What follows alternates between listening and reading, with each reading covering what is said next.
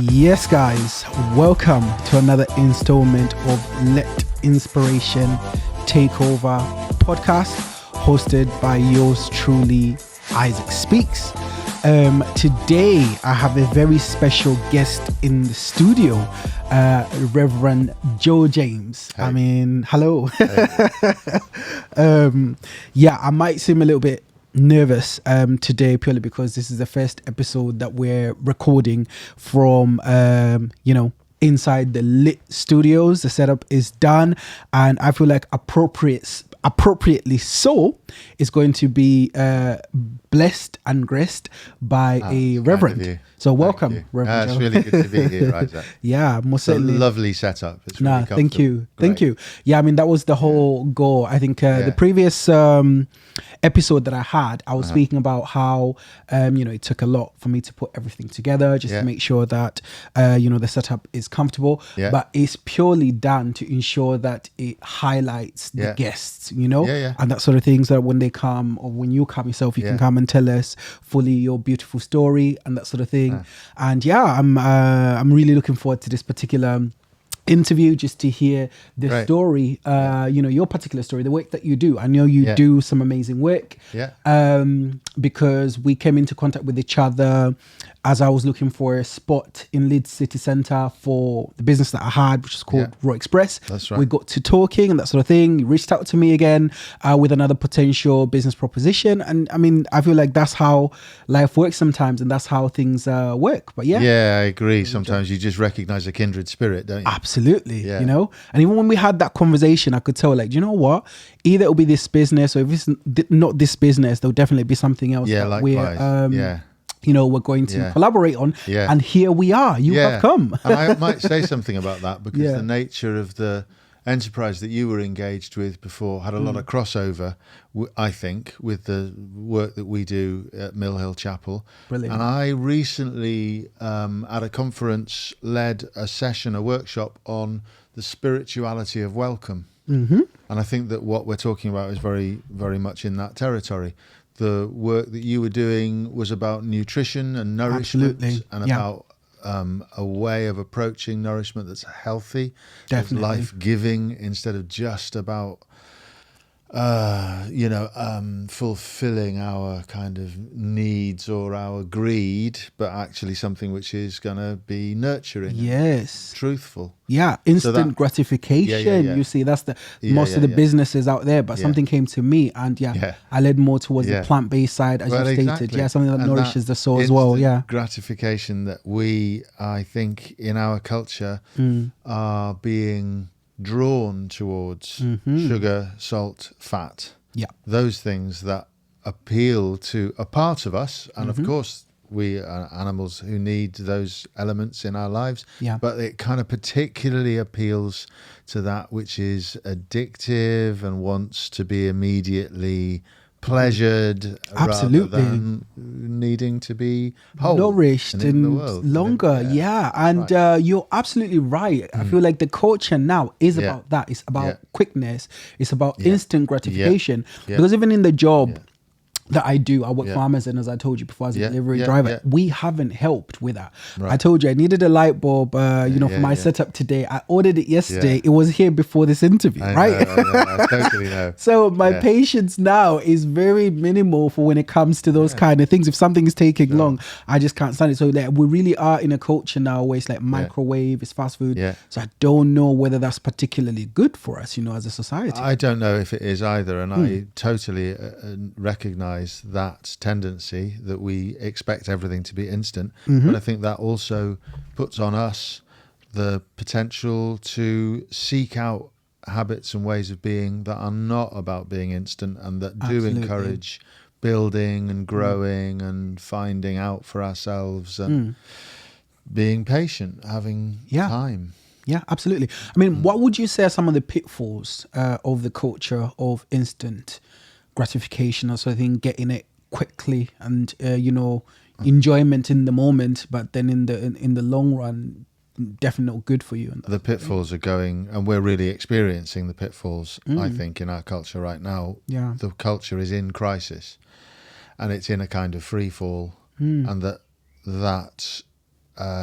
our grasping, needy, instant appetites have really contributed, I think, to a culture which is based on taking from the natural world, assuming that the natural world is there for us, to be our food and our plaything, to sustain us, and instead of understanding we are part of a system, which we have to give back to. Sustainability is sort of what you're looking up to, isn't it? And I was thinking about that. It's interesting that you brought that point up.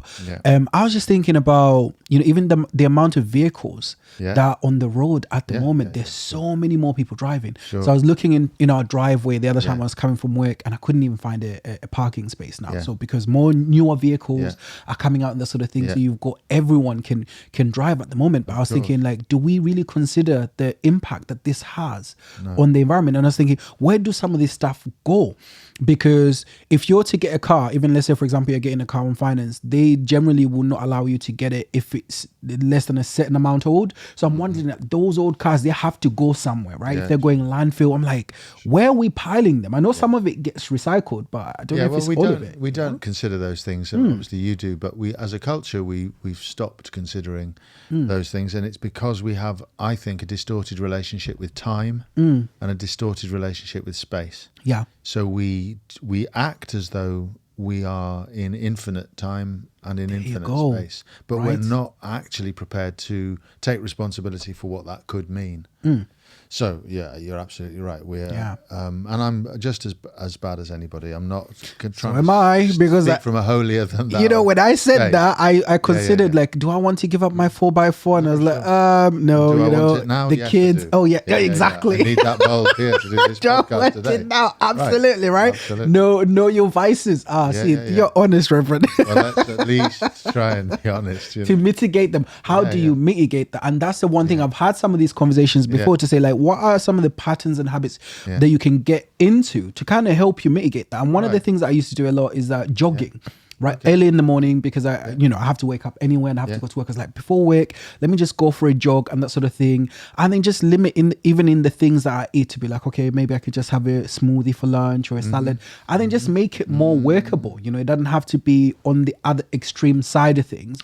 But it's interesting to say that this is where we are, and hearing it from a reverend's perspective, very, very interesting. Well, I think every spiritual culture, every great spiritual culture includes fasting as part of its spiritual tradition. Just about everyone. And I work within a space where we recognize the claim that each culture has truth. Is no one tradition has a monopoly of religious truth. Every human culture comes from some truthful space. Truth. Absolutely. And that extends to humanism and our contemporary cultural viewpoints. Absolutely. But I think it is really interesting that humanistic contemporary cultural standpoint doesn't also include fasting, doesn't also include the idea of stepping back from your immediate needs. Immediate gratification, isn't it? Is the closest thing, would you say, in like general Christian culture, like Lent? So sometimes people Lent will say, and Advent. People forget, don't they, that Advent is another great fast, another time of waiting. When I discovered that, I was really surprised because the run up to Christmas in our culture starts sometime in November with office parties, right? And it's a great time of gluttony, eating, taking on more and more and more. All the bad things. You're exactly. Absolutely right. So all instead of thinking, this is a time to consider the excitement, the anticipation, the waiting, and that's what so many of our the gifts of Christmas are all about. How can you make the wait seem longer? If you think about it, an advent calendar with those 24 little windows that children open up, and it's actually to make you really aware of the time. There you go. but put a chocolate in behind each one and you've kind of nullified the process. Oh, right. Yeah, exactly. But, and I'll tell you, that's me. Excuse me, coming back to the point of fasting that you made, I remember in 2017, at the time I was actually going to church quite a bit. You might have heard of the church I used to go to, Hope City Church it was called. Right. That's where I met my wife. And at that time, I was really in a spiritual place because there's something that I wanted out of my life that I felt I couldn't really, but I wasn't achieving for like a whole, like, let's say 7-8 years of wanting it. Like I knew I wanted companionship. I wanted a family, but somehow it just was not seeming to come in my life the way I wanted it to. So, I went on a journey praying about it and praying to God. And at that time I met my wife, we started talking. I started my fast. I think it was in January when I was fasting, like a 30-day, fast of just having soup and juices, like proper nutritious juices, vegan at the time. And I remember when I started the fast, it was just like I was extending it. It was one of the most profound times because as challenging as that fast was and as emotionally draining as it was, it gave me more clarity than I'd ever had before, even to be able to see like my wife was my wife. So I even say to her, I was like, look, you're the one. She's like, what? Are you sure? Like she thought I was a bit of a madman, but I've never had that level. I've had clarity. God's told me.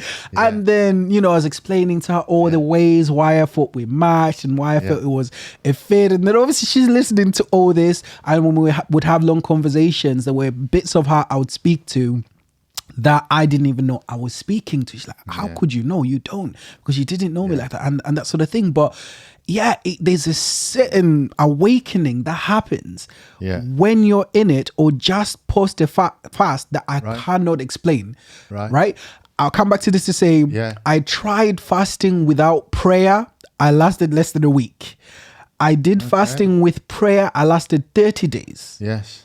Right, so it's not something that I feel like you could do casually. It's a that sort of thing. Spiritual it's practice, a connected spiritual practice, and you really have to be in it and to believe it. But it's it's something that changed my life. That's really interesting. When I look back to it, but that's really interesting. Yeah, I mean, what are some of the experiences that you've had with fasting yourself? I'm thinking of not fasting as such, because I have never engaged in a long period of fast as such. But the process of pilgrimage is something that was life-changing for me. Okay. Of taking an intentional spiritual practice and walking for 15, 16 days over a long period, and covering a serious ground. Absolutely. Walking through mountains, taking an intentional silence. So, resisting the temptation to engage in conversation. And I wasn't ultra precious about it. If I met people, if somebody wanted to talk to me, I wasn't going to stum up, but my intention was to remain silent for those 2 weeks.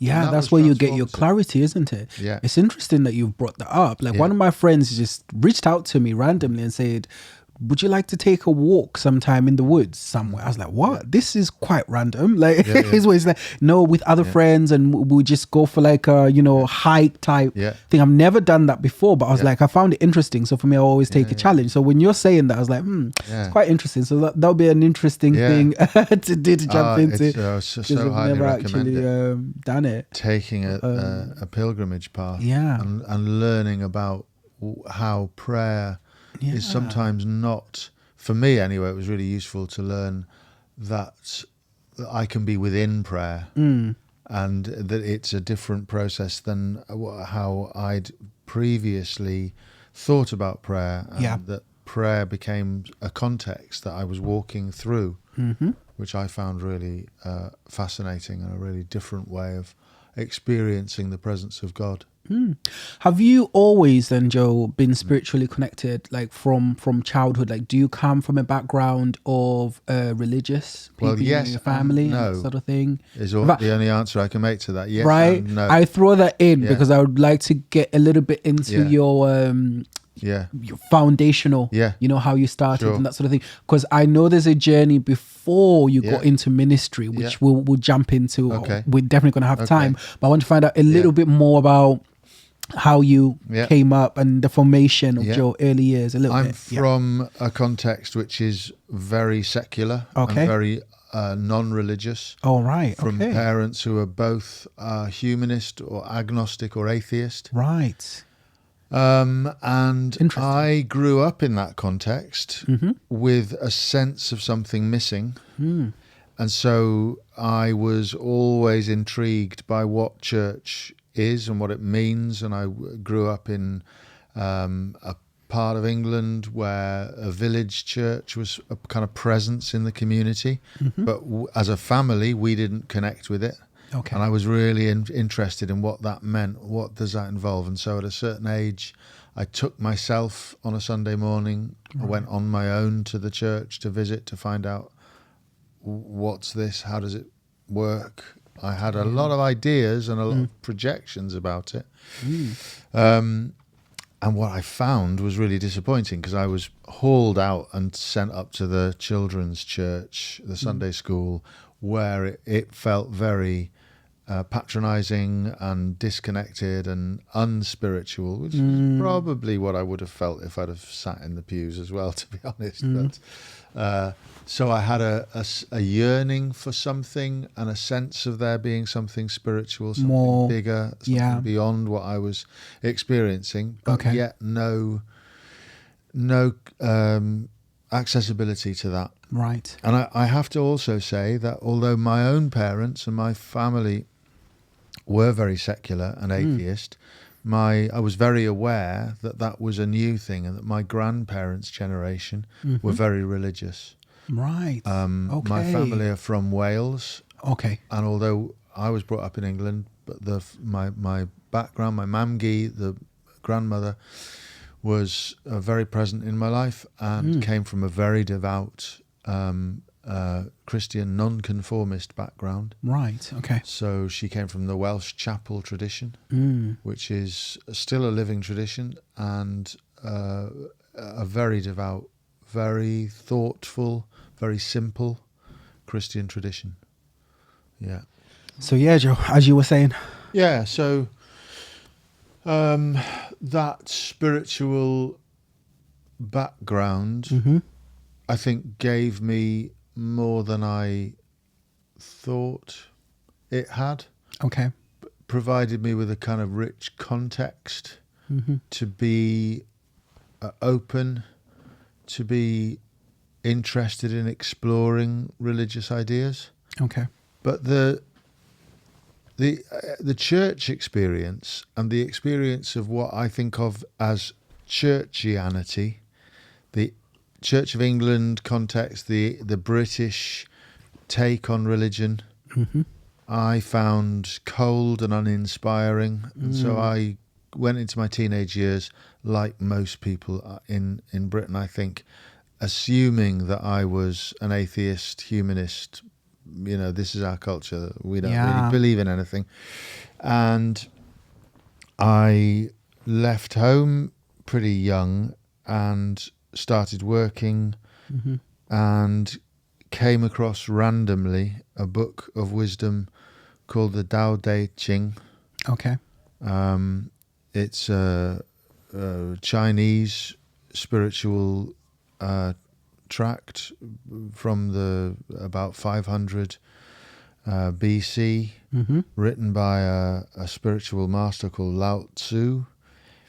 And it completely opened a different world up to me. Okay. I was very inspired by the ideas that I found there about the nature of the world and the nature of mystery and the nature of flow and the way that things can be more than they seem. So that influenced me very much. And then, shortly after that, my dad died. Oh, sorry to hear that. Yeah, so I went through that experience in my early 20s, and it had another kind of galvanizing moment, effect on me, which was I can now look at and understand, because I see it, other people go through the same thing. I became so angry with God that the way I could respond was by insisting that God didn't exist.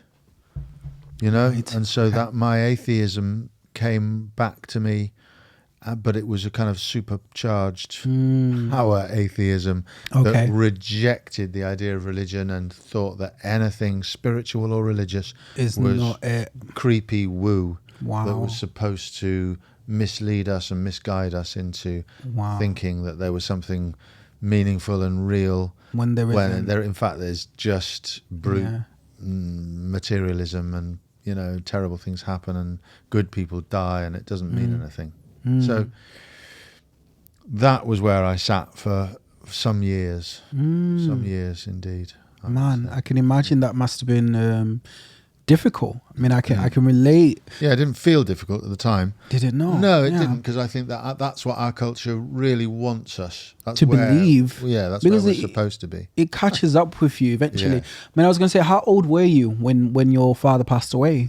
21. 21. Wow. Yeah, that can be a defining moment. Yeah. I mean, I was 12 when my father passed away. So at the time, I didn't really know how to process it or how to take it, you know? Yeah. It's only later on in life that I feel that it proper hit me to be like, whoa, you know what? It's a really important figure that I lost, because I was quite close to my dad. We're very, very close. But at the time, like, my brain just could not. I can't imagine it. Process it. I just didn't deal with it, and I just didn't accept it. So and then later on, it's kind of like, you know what? This actually happened, you know? And it can be pretty... it's big stuff. Pretty deep.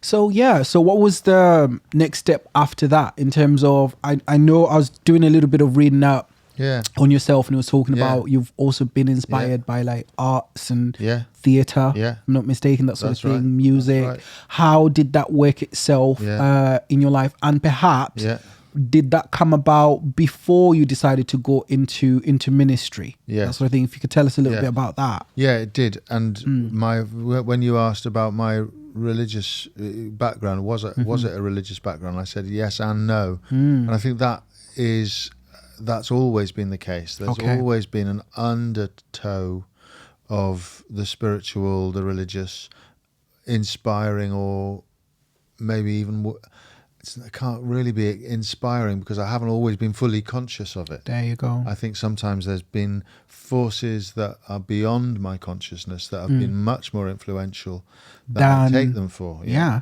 There you go. So my dad was an actor, and I think unconsciously followed him into the theatre and became very passionate about being an actor and working in the theatre, and that was how it was going to be. That was my life. But without really noticing why I was moving into a particular territory within the theatre, I started working within the experimental theatre, within performance, and a kind of theatre that's very motivated by the idea of the holy, sense of the holy. Oh, right. So it was still spiritual theatre and things. Absolutely. Oh, right. I thought it was completely disconnected. I think that even at the time, I probably would have denied that it was connected. I probably would have said, oh, no, we're just using that term, holy, to mean something that's more deep, meaningful, that there's something that humans can connect with the theatre in a way that's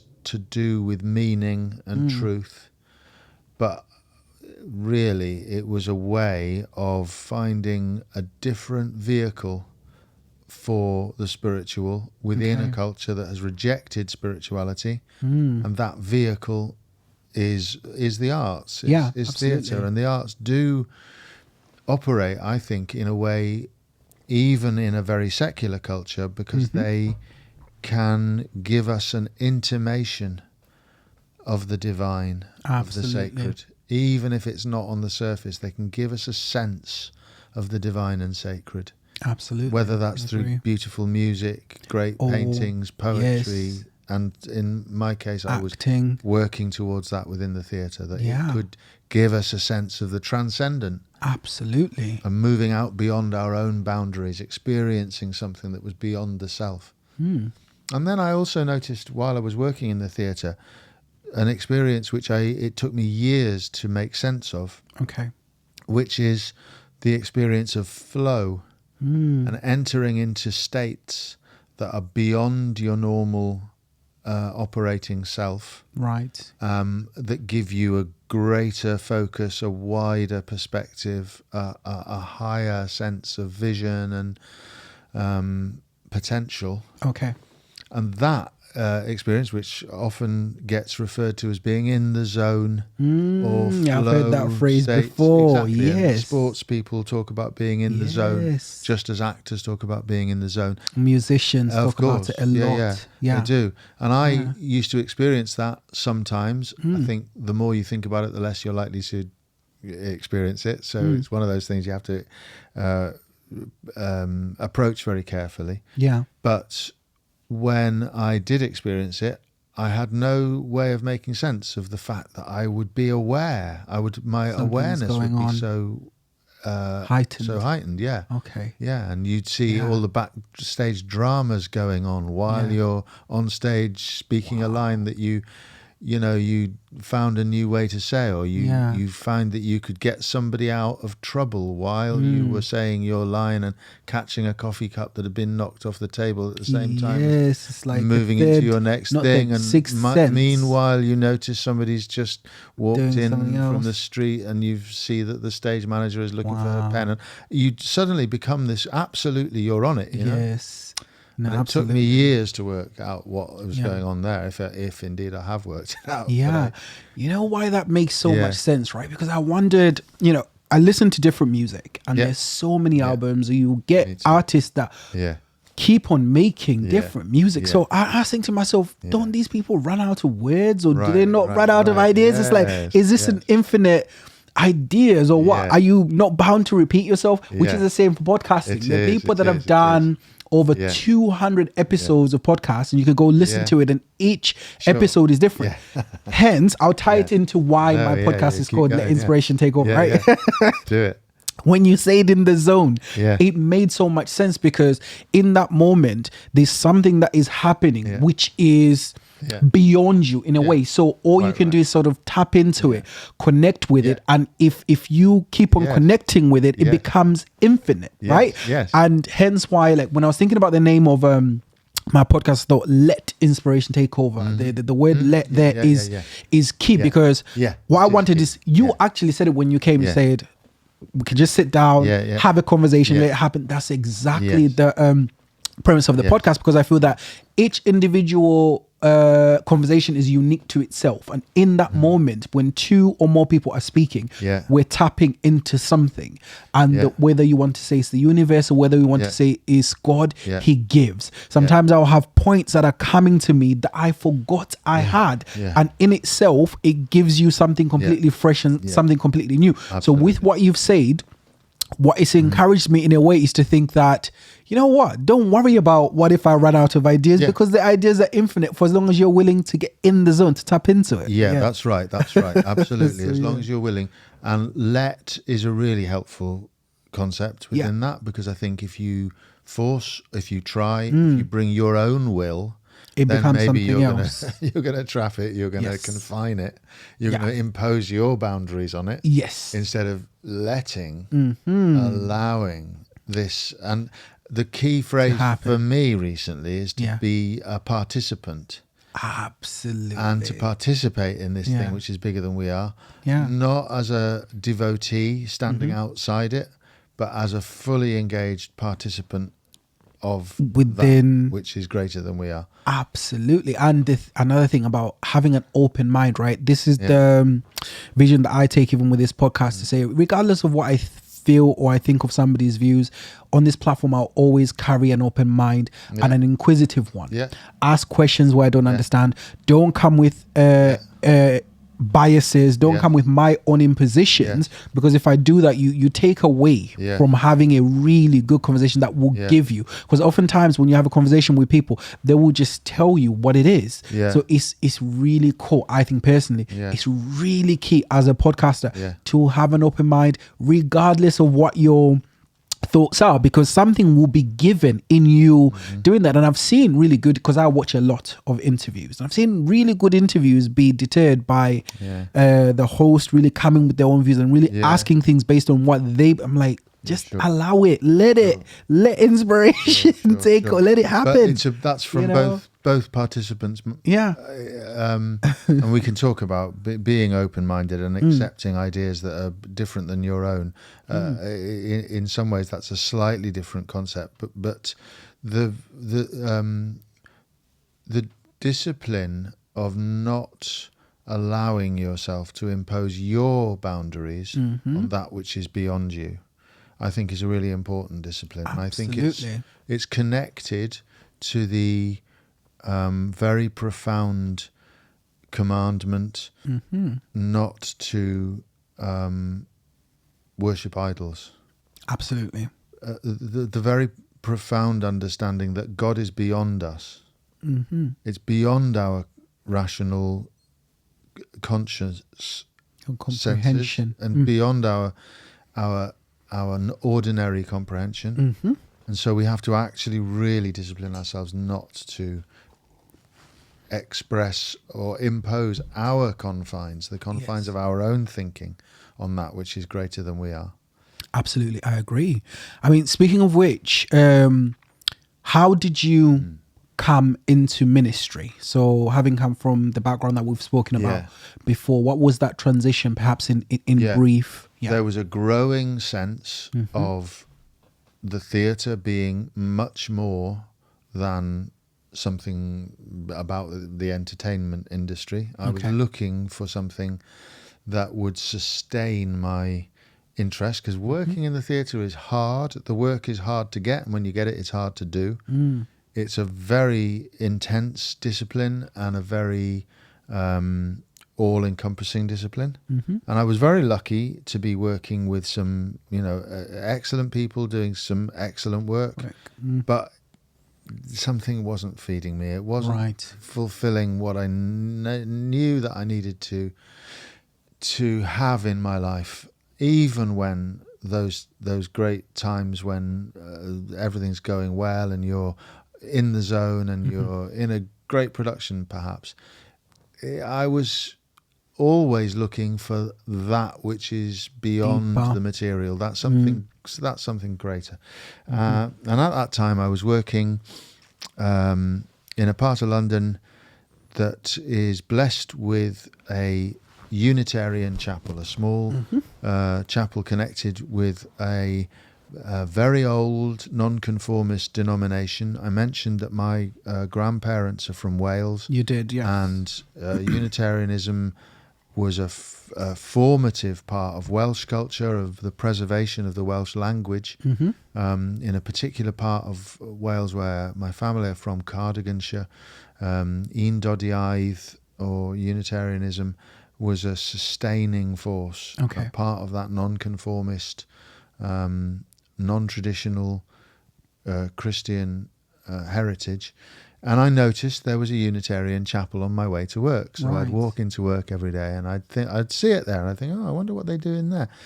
And so I just talked myself into finding out one time, went in on a Sunday, and a great coincidence occurred. So it was it happened to be the 6th of January, Sunday. It was Epiphany. And I walked in, and in the Unitarian tradition, there's a great emphasis placed on utilizing traditions from outside of just the Christian tradition. And the first words that the minister spoke were words from the Tao Te Ching, which I mentioned was part of my background, part of my learning as a very young person, part of what allowed me in the first place to think, is there something redeemable from religion. The religion that I kind of rejected. Is there something that can still be redeemed? Is there some element from religious culture that can still speak to me? Yeah. And so I thought it was just very interesting. I'm there on Epiphany, and the first line is from the Tao Te Ching. And that was enough to arrest my attention, to allay my concerns, because I still find myself concerned by conventional religious expressions, especially Christian religious expressions. I'm still concerned. Yeah, absolutely. I'm not. I don't. I could don't tell you a million easily. stories about that. Yeah. I mean, even for myself, it's been a whole process, church hurt and things like that. Yeah. And then you get to a point where you discover like you just need your own relationship with God and know why you're doing it, because people are flawed. Yeah. People have got their own ways of doing things. So if you base it on people, you're not going to have that relationship with God. And I had to learn that the hard way, because I've experienced church hurt on more than, I won't dive deep into it, but on more than one occasion, which kind of, it makes you, it leaves you disheartened sometimes. And I can see why people will kind of come away from the church or come away from religion altogether. But I discovered, there still is a loving God out there. Just because you've been hurt or in one space or you had despair, it doesn't mean it ain't so. So And saying that, I really understand that the tradition of Christian church, which is very charismatic, the evangelical church, which is very different theologically from where I stand, but it delivers community, exuberance, fun, gives you a sense of purpose, pleasure, challenge. There's so many things that it does right that I'm not in any position to critique, to talk down on it or anything. To talk down on it at all. I utterly understand that it does provide us with community and connection, and that's really important, and sometimes very missing from other forms of religious, Christian religious expression, such as the tradition in which I work and live. We can sometimes be very cold, very quiet, very removed, very contemplative, uniform kind of, exactly, traditional. If I can use that word, absolutely. So there's flaws within, as you say, I think rightly, within every conventional formal approach to a relationship with God, there will be human elements and obstacles. I mean, I did just a little bit of reading on you, and I was saying that you were a little bit. Thank you very much. A little bit. We didn't touch on it earlier because I'm just trying to keep it a little bit short. But you studied at Oxford. Well, I did. My ministry training was at Oxford, at the college in Oxford. Yeah. And I also studied religion, Cambridge. Well, yes, that's right as well. But it wasn't as though I had that full undergraduate experience at either place. Right. I did my ministry training at Oxford, and as part of that ministry training, I was able to do a further qualification in biblical theology, which I took through the theology faculty at Oxford, and likewise I took a further qualification in the study of religion at Cambridge, which I did through the Faculty of Divinity there. And so, it was a blessing, but it would be wrong to suggest that I'd, I wasn't... I was about ready to bring you up to be like, this is where you went and that's what you did. Any ideas of me in a mortarboard and a gown. Right. So do you know that... I'm afraid. But I did have... It was 2 years of learning, and I managed to cram... I think 3 years worth of courses into the 2 years. Oh wow, that's brilliant. Which was brilliant. And I'm very grateful to the Unitarian Church, which provided a really excellent ministry training during that time as well. Oh, that's great. And do you find that the formal training helped to put things into perspective for you, or it was very good for me because I think I needed to find a kind of intellectually credible base. Something that could inform what I was doing with structure and an academically respectable kind of network or basis. Okay. So that this isn't woo that you're making up on the spot. You know, there are well-trodden paths, and there are formulations that have been thought through by great thinkers, much greater than I. Absolutely. That I can work with and rely on, so that I'm that there's a provision of thoughtful and carefully and studiously preserved or connected. I'm not quite sure if that's either of those is the right word, but it feels very important to me to be connected to a tradition. Yeah. No, I hear you on that one. And then Leeds, which is a city I love very much, sure. You know. And about which I knew nothing before turning up here. Right. Knew nothing about it at all. Yeah. I came here, again, a lovely sort of what now feels like a blessed coincidence. Yes. I was studying. Okay. I undertook 2 pastorates. That's when you're as a student, you take over as a sort of student minister to learn the ropes a little bit. Okay.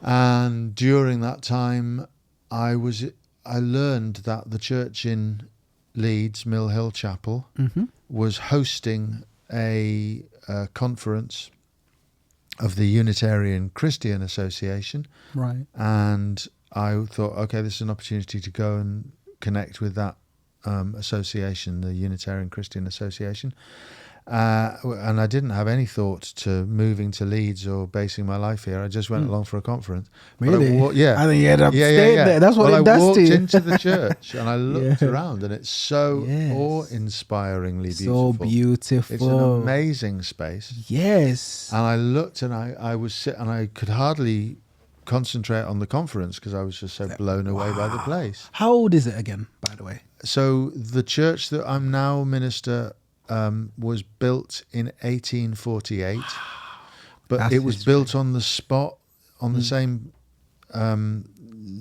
footprint as the original church, which was built by the congregation, a congregation of dissenters who weren't comfortable within the established church. They first created a congregational space there in 1672. Wow. So that's this year, it's our 350th anniversary of that first congregation. That's amazing. Split out from the church that was at that time in Leeds because they couldn't conform. They couldn't conform themselves to the way of that particular religious tradition that they were within. Right. And they set up a tradition of dissent, of people prepared to stand up for themselves and speak out against what they knew they couldn't make sense of. Right. And so that tradition fully informed what Leeds became, I believe. You know, that because there was a group of dissenters there who were prepared to speak up, to stand against some of the prevailing ideas of their culture, other chapels followed suit, and it began to snowball and create a momentum around what we can now look at and see that there's a history of radical Leeds. That there's, you know, the influence of Chartism. Yes. The campaign for universal suffrage, the campaign for women's suffrage, the campaigns for the abolition of slavery. Wow. You know, all of these radical traditions we can. I don't know. It's not as if I'm saying that we started those things, but we certainly contributed. We're certainly definitely part of that culture. Yeah. I mean, I got that sense from the first time when I came to visit and I was asking about my business. Yeah. One of the things from having a discussion with yourself, you're saying you guys are pretty open. Yeah. And you're pretty welcoming to everyone, aren't you? That's like you're more so like a community center, right? So. As a church, and that's the thing that really drew me to it, and even in wanting to have a conversation with yourself. I mean, perhaps if you could tell us briefly about that. You know, how as a church do you manage to have that openness and to include all individuals? You know, of the community, you know, regardless of how they might be perceived. I think that it relates to our theology and the way that we were initially considered to be heretics. Okay. We were outside of the mainstream, and we were treated as outsiders, and we were marginalized. Oh, so that's from the foundation of the church. Absolutely, okay, right. It all makes sense. From the foundation. So we understand what it is to be on the margin. We understand how it is to be marginalized and ostracized. And that, I think, creates a sort of sympathy and a hospitality to people who are not perhaps from within the mainstream. And you could say that it's because of our own wish to preserve a space for ourselves. There you go. That comes. But at best, that does nurture and generate a sense of inquiry, sense of curiosity, a sense that maybe we're not the only ones who possess the truth. Maybe there might be truth in other traditions as well. Yes, absolutely. And so there's a really great tradition that I'm so proud of, the Unitarian Church having been amongst the first to properly, deeply look into Islam and to contribute to an understanding of the Quran and an understanding that it's not fair to just call this infidel. It's not fair to just call this a heresy, that there may be truth here. And so that other Unitarians looked as well at the Hindu traditions and began to communicate deeply with people from the Eastern traditions. And the first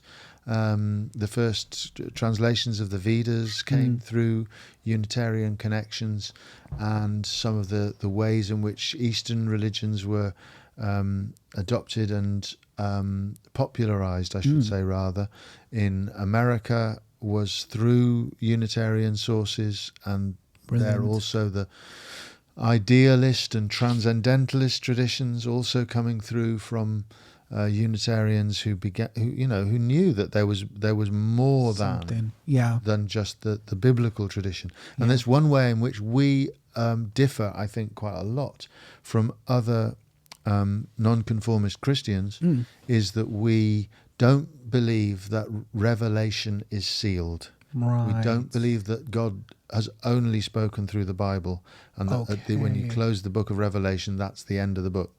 We believe that God speaks through humans and through people, culture, through the arts, actions, through absolutely technology. Yeah, and indeed. Do you know what? There's a teacher of mine. Action of people through many generations. Do you know that's a concept that's actually been run by me from when I was in primary school? Wonderful. Actually, a teacher, I think I was in year 6. Who said exactly what you've said.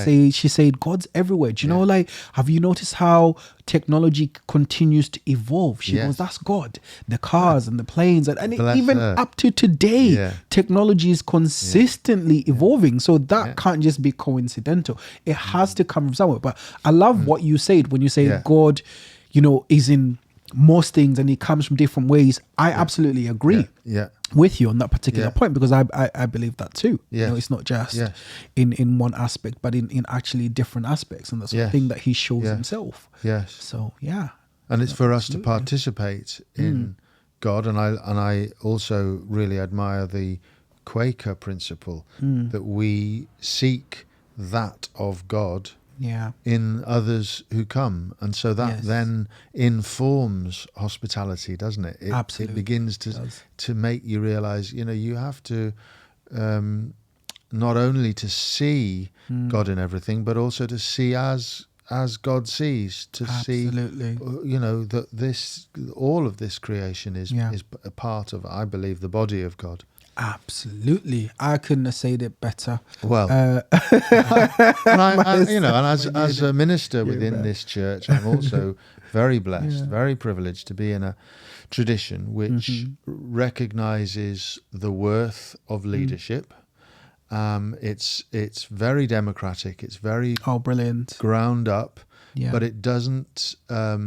It doesn't say it takes a responsible attitude to leadership. It recognizes that leadership is worthwhile. And so I was able to draw out of the congregation, what do we want to do? Who do we want to be in the 21st century in the city centre of Leeds? And I got very strongly from that there's a role for us to encourage new ideas, new people forms, to come in, new people to come in. And so we have a remit to encourage the arts and the work of young people. And that's a really important part of what we're trying to do right now, because we've started a new strand of music. Brilliant. We're working with a group called Mill Hill Presents, which is young musicians from Leeds curating and producing work that's really of the scene in Leeds at the moment. And so we're really looking forward to doing more and more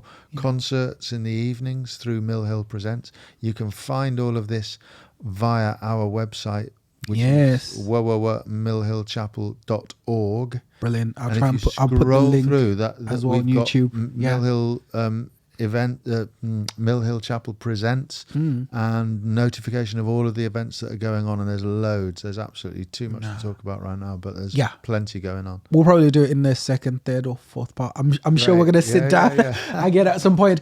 I mean, there's a question that did come to me earlier. Something came to me about vision, right?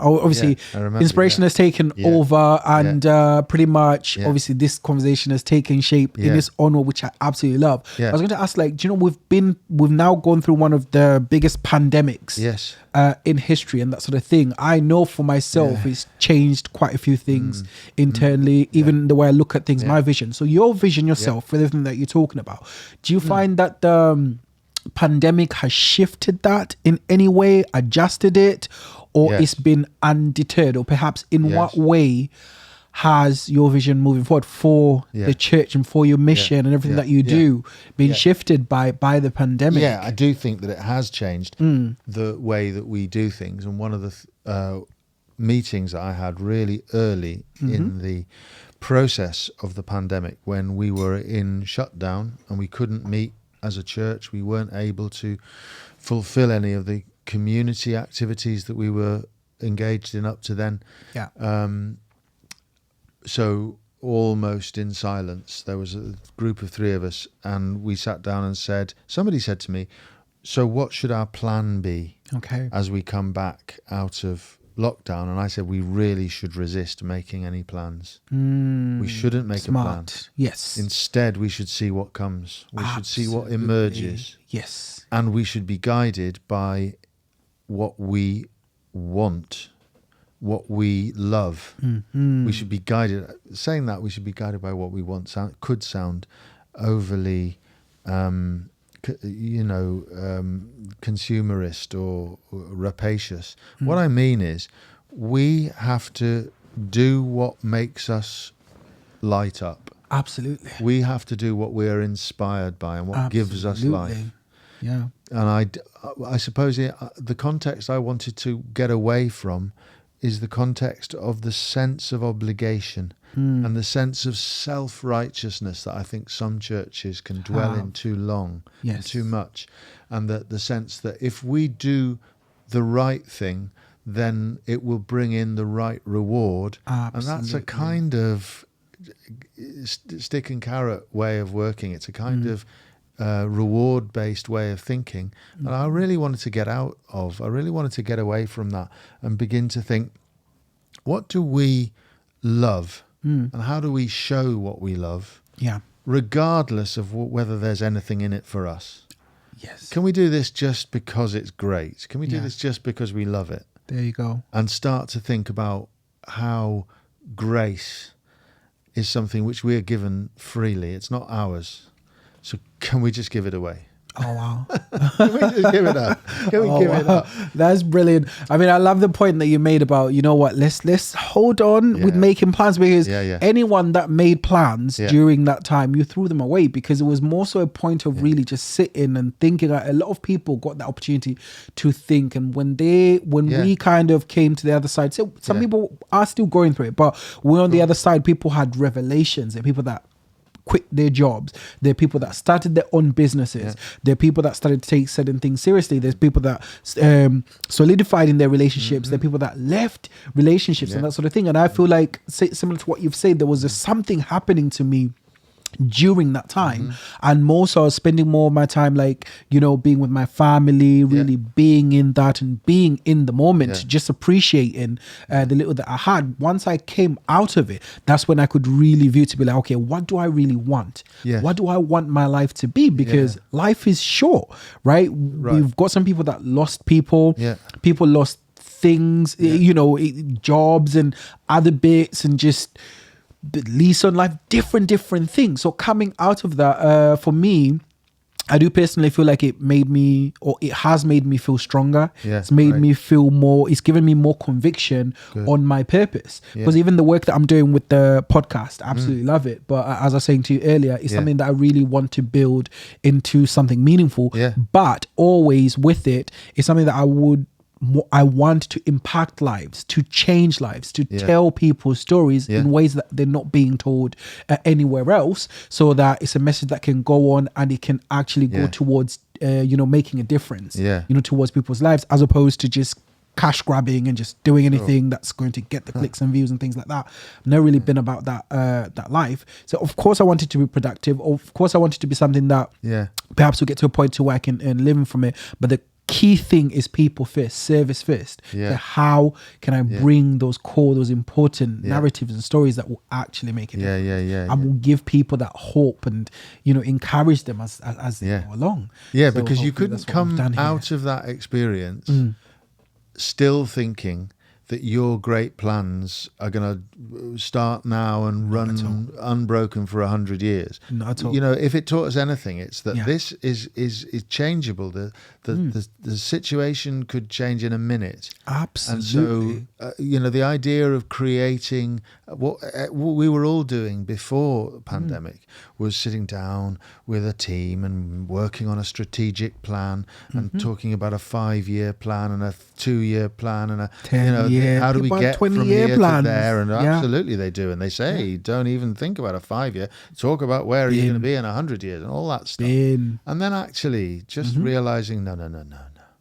It's not, because even people, you know what, you're so right, like the way people think has changed. Even people wanting to work in the office, a lot more people are choosing to work from home. A lot more people are choosing to do lesser days, like 4-day weeks. A lot more people have actually realized how important family is. They're choosing to spend more time with their families instead of money. So there was a thing where people used to really be money driven, really be money focused, and not even consider their own health and that sort of thing. And that's slowly shifting. That's changing. I hope that's true. I don't know. I wonder, and I worry that that's true for some people. Okay. And that other people are actually finding they're working more now, and they're working harder, they're working longer shifts. Didn't look at it that way. I love the idea, personally, I love the idea of working 4-day weeks, or, you know, working more flexibly. But what I notice, or at least in my own life, and I suspect in other people's as well, is that there's been an encroaching sense of, we've got to get this done, we've got to get more done, we've got to achieve more, we've got to, you know, I do think that that's unfortunately a downside of it, is that we can distract ourselves by filling the world with more work, and that we must remain in that space of mindfulness and stay with the ideas that came to us of not trying to impose ourselves, our wills and our ambitions on the situation, but actually, can we participate in what's emerging? Absolutely. Can we participate in this spirit that's emerging? Can we be helpful agents of the soul that moves through us? Can we still work with the spirit? Can we flow? That's where I really want to be. Brilliant. No, that sounds absolutely brilliant, Joe. Like the conversation has been so amazing. Just to let now the listeners know that both our cameras have gone. Had a few technical difficulties today, but I think it's been an absolutely exhilarating conversation that we had. I had so much more to ask, and I realized like time, because I know we've got some bits to get done. Joe, you have to get going, but we'll definitely do a part 2, and we'll do it again so that we can cover more ground. But it's been absolutely brilliant, and it's been amazing having you on the podcast. It's a real pleasure, and I really love your idea. You know, I really love that you come up with an idea about let this happen. Absolutely. Let inspiration be. Let it flow. Let the camera die. Let the camera go. Exactly. Let it happen. Fine. Right. If we're making a podcast, that's fine as well. Yeah. But letting it instead of forcing it or making it, you're letting it, and that's going to happen. You get so much more. Absolutely, you get so much more when you do it that way. And he's even finding this thing of just being myself, allowing myself to be who I am. Because sometimes, you know, you get so used into becoming something that you don't even know how to be yourself.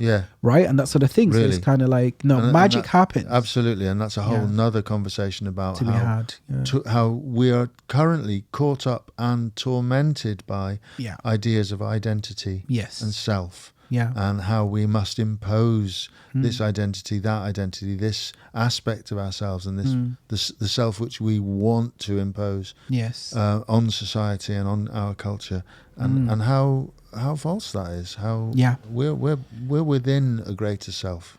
Absolutely. At best.